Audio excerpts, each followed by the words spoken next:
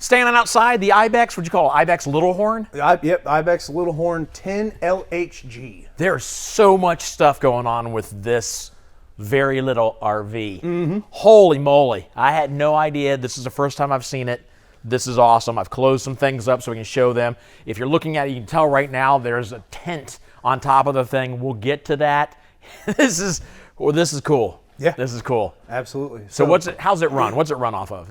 So it is a 12-volt system is basically how it runs if you were to like say, hey, that's a really nice river over there. I want to go camping.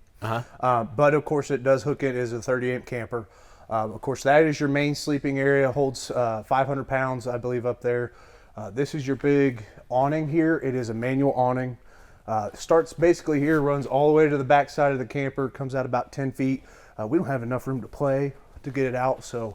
What you call it, the bat wing? Yeah, I called it the bat wing. It's the Rhino Rack bat wing is the full name of it there, but there's really no room to for us to show it to you, which is I'm sure you can find pictures online. Go to RV Wholesalers, you probably see it there. But wow, yeah. But still technically a toy hauler, so if you have like a small four-wheeler, bicycles that you want to take with you, anything like that, awesome camper that facilitate all that. But yeah. Let's talk about what's in here. Yeah, so this is your, looks like storage, but it's actually your outside kitchen. Yeah, little kitchen area. Slide this big bad boy out. I'm gonna get out of the way of the cameraman. So what he's plugging in there is your basically deep freeze 12-volt movable cooler. Yeah. Yeah. So runs it completely off 12 volts. So say you don't want it in the camper, you can put it in the back of your truck. If you do want to take it out, put it in the back of your truck, all becomes storage on a big slidable rack. Of course, you got a 2-burner gas range there. So this is all your cooking on the camper. There's nothing on the inside. Of course, a little removable sink here. And of course, we put all our goodies like the ramp door stands, legs, I'll call them. Yeah. But all of it on there. And of course, to move it, you got to slide in that big rack, which we're not going to do. So.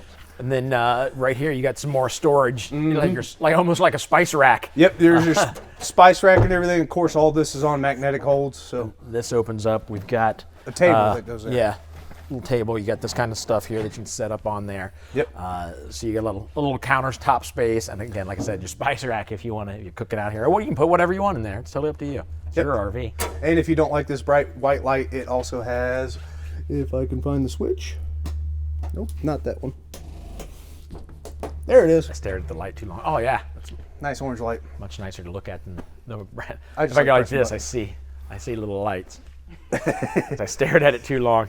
That's what happens when you point out light to me. I stare at it for some reason. Oh, and before we get to the inside, excuse me, because this is a 2023 Ibex, not the older versions, you have that new beast mode suspension. So it's independent kurt suspension, smoother ride, take those bumps a little bit better, lessens the need for a weight distribution hitch. Of course, they're still recommended, but that new suspension makes everything a little bit nicer, holds a little bit more weight. So awesome suspension on there now.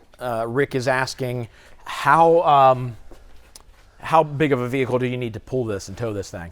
This camper only weighs about 2,500 pounds fully loaded, so okay.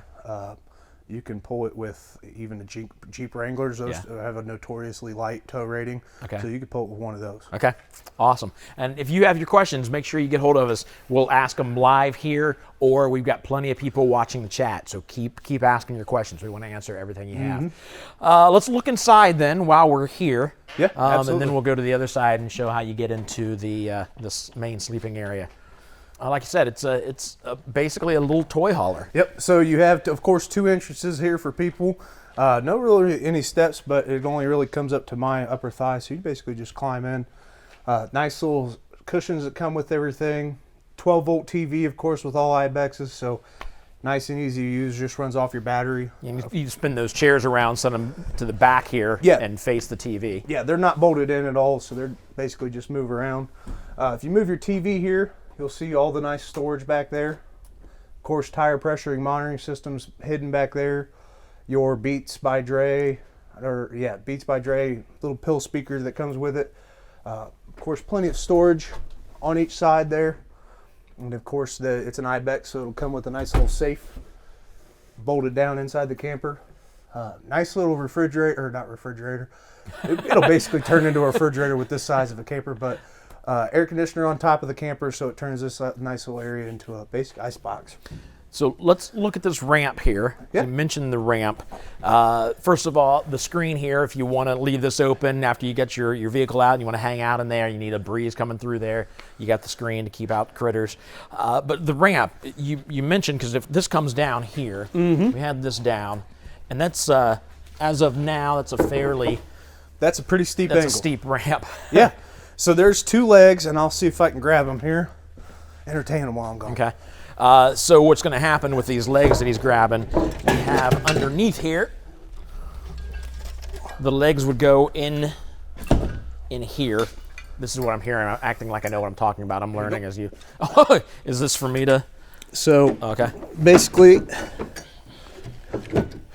may have to lift that up a little bit. Okay. There you go, just like so. I'm gonna have a little bit more trouble with mine. I got the thing if you need. There we go. And then just fold this down. Oh, there you go.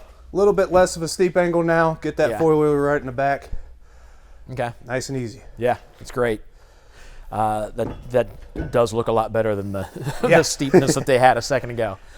So there you go. You're carrying things in your very little, the smallest toy hauler I've ever seen, but so much stuff, and we're not even done yet. Get your extra tire right here on the side. Yep. A little bit of an awning right here, but that's only because this is where you would sleep, right up here. Absolutely. Now, here's the deal. This will hold, what you said, 500 pounds? 500 pounds, yeah. Okay. So you got the ladder here that obviously connects to it so you can get up to it. I'm bringing Tim in because my stunt double couldn't be here today. And also, I don't have a stunt double. When you open this up and you're out not on a concrete floor, this digs in a little bit to the ground itself, whether it's grass or gravel. This could slide a little bit, which is fine because you lift this up. This thing holds, it comes down a little bit, that holds 500 pounds. But I'm going to have Tim put his foot here. Both of us will. So am I climbing up there, or do you want to climb up there? Because I can climb up there and describe it, but I feel like you. Let me jump up first. Get up there and Vanna White it, and then we'll send the cameraman up to record you. Yeah, there we go. So this comes out like this, so you get a little more protection from the weather. This opens up completely, obviously, and then man, it's going to be tough for you to get up here and see. But that's nice. There's padding here, a little bit of padding on the floor. It obviously opens on all sides, so you can get a good breeze going through there. There's some storage up in there.